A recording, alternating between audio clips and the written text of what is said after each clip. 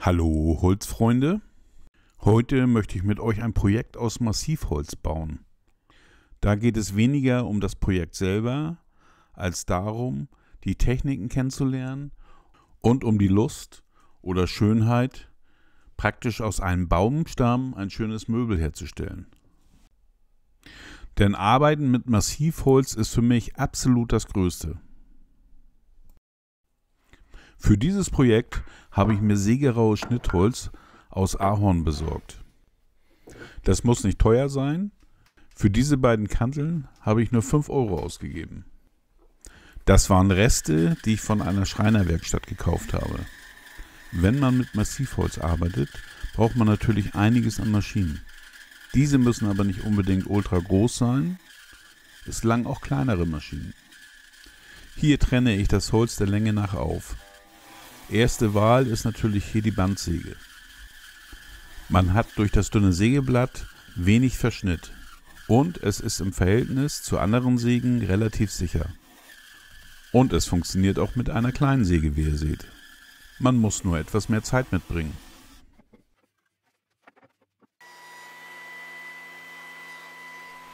Unverzichtbar ist das Abrichten. Aber auch hier geht es mit einer kleinen Abrichtmaschine. Wenn man keine Abrichte hat, geht dieses auch mit dem dicken Hobel oder mit der Oberfräse. Ein Video verlinke ich euch hier oben. Mittlerweile gibt es auch einige Anbieter, die fertig abgerichtetes Holz verkaufen. Dieses ist zwar um einiges teurer, aber wer vielleicht auch nicht den Platz für diese Maschinen hat, kann damit Vorlieb nehmen. Wichtig ist, dass wir zum Fügen zu einer Platte nachher gerade Kanten haben.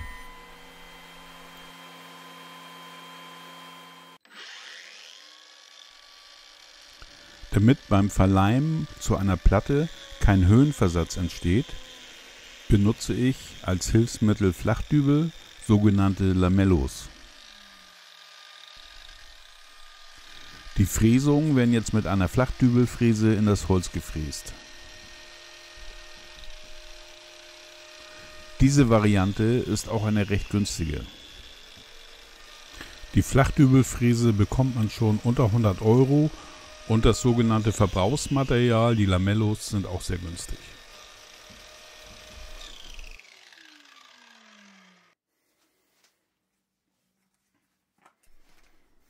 Jetzt werden die beiden Werkstücke mit etwas Leim und den Lamellos zusammengefügt.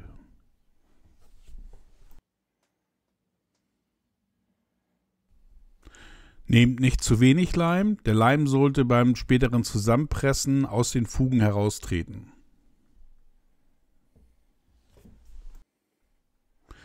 Ich benutze hier einen wasserfesten D3-Leim.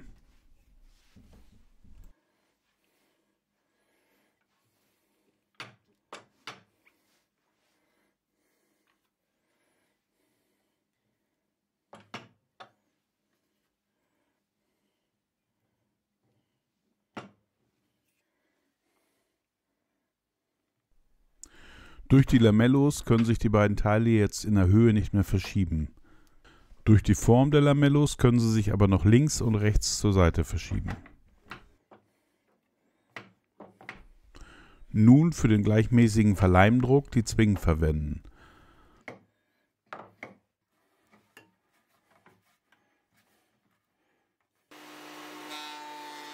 Um die kleine Platte auf eine gleichmäßige Höhe zu bringen, benutze ich jetzt den dicken Hobel. Wenn ihr die Flachdübel verwendet und abgerichtetes Holz in einer Dicke habt, kann man sich diesen Arbeitsgang auch sparen und die leichten Höhenunterschiede nur schleifen. So könnt ihr auch größere Tischplatten herstellen.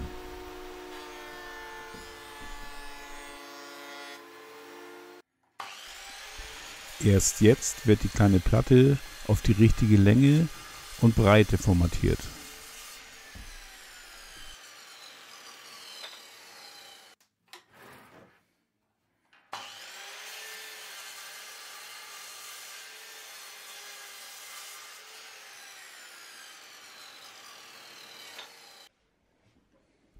Damit die Platte von der Seite nicht so dick erscheint, fräse ich an allen Seiten eine sogenannte Schweizer Kante.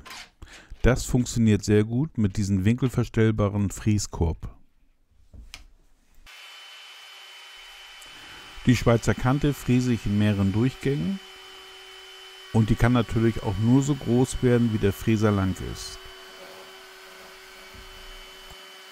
Als Unterlage für die Fräse habe ich eine beschichtete Platte genommen. Dadurch lässt sich die Oberfräse wunderbar leicht schieben.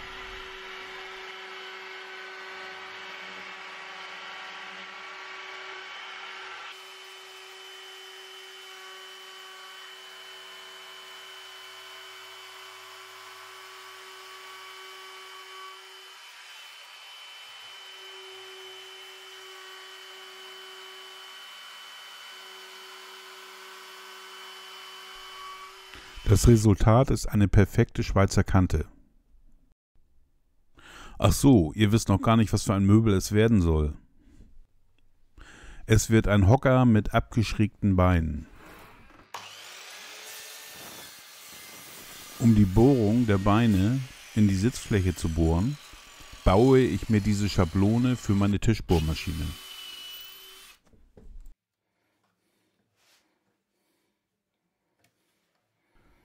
Diese Schablone muss nicht besonders gut aussehen, nur ihren Zweck erfüllen. Sie besteht aus einem Eckanschlag und einer 10 Grad Schräge.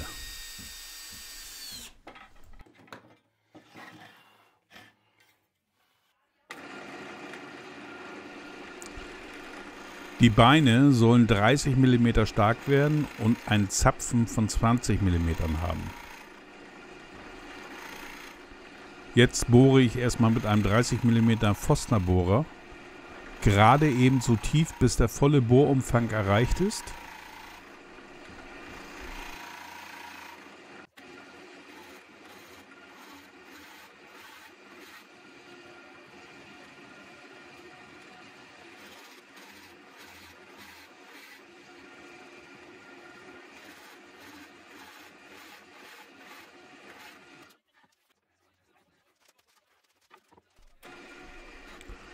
Und nun bohre ich das Durchgangsloch für den Zapfen mit 20 mm. Je nachdem, wie ihr die Beine später verleimen wollt, könnt ihr auch ein Sackloch bohren.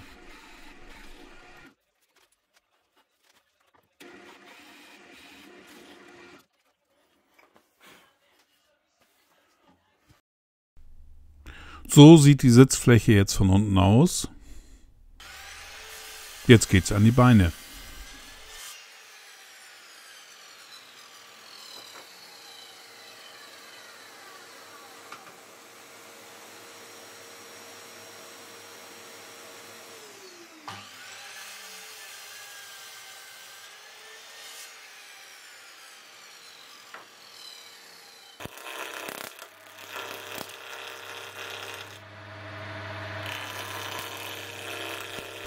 Aus eckig wird jetzt rund. Ich drechsle jetzt die Beine auf einen Durchmesser von 30 mm. Da ist Ahorn ein super Holz. Ahorn lässt sich sehr leicht drechseln, trotz der Härte. Und das ist genau das Richtige für mich als Drechselanfänger. Das ist hier eine Heimwerker-Drechselbank. Aber trotzdem lassen sich damit sehr gute Ergebnisse erzielen. Jetzt wird noch ein Zapfen angedrechselt, der dann durch die Sitzfläche kommt.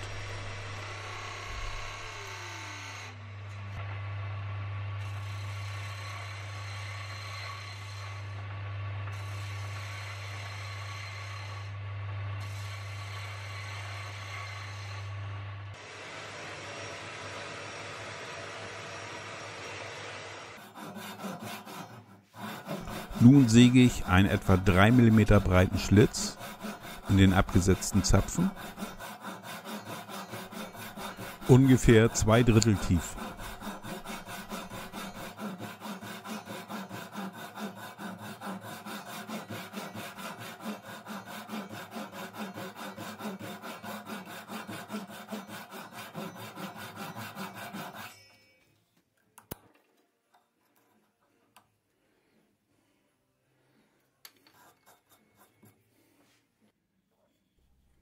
Aus Nussbaum habe ich mir jetzt kleine Keile gesägt.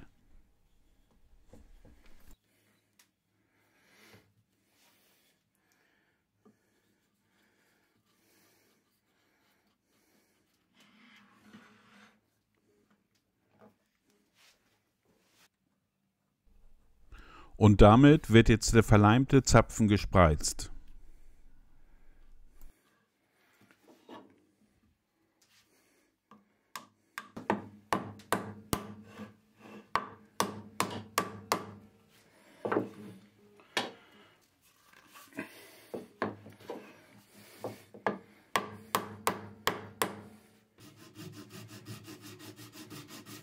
Der Überstand wird jetzt abgesägt und geschliffen.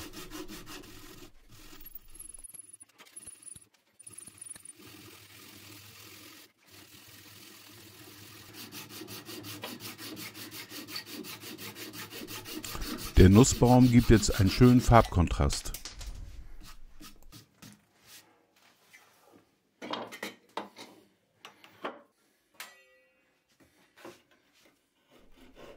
Mit Hilfe einer Schablone säge ich jetzt alle 4 Beine auf gleiche Länge.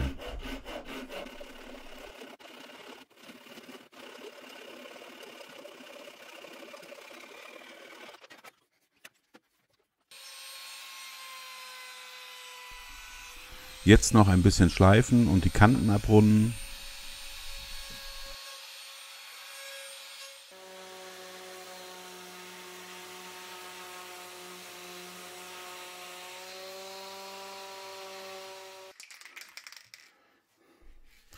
Nun zur Oberfläche. Ich benutze hier einen Klarlack. Ich wollte den Hocker zuerst ölen, aber Ahorn ist sehr, sehr saugfähig. So, wie gefällt euch dieser Hocker? Das gleiche Prinzip könnt ihr anwenden für Stühle oder Tische. Wenn euch dieses Video gefallen hat, gebt ihm ein Like und lasst ein Abo da.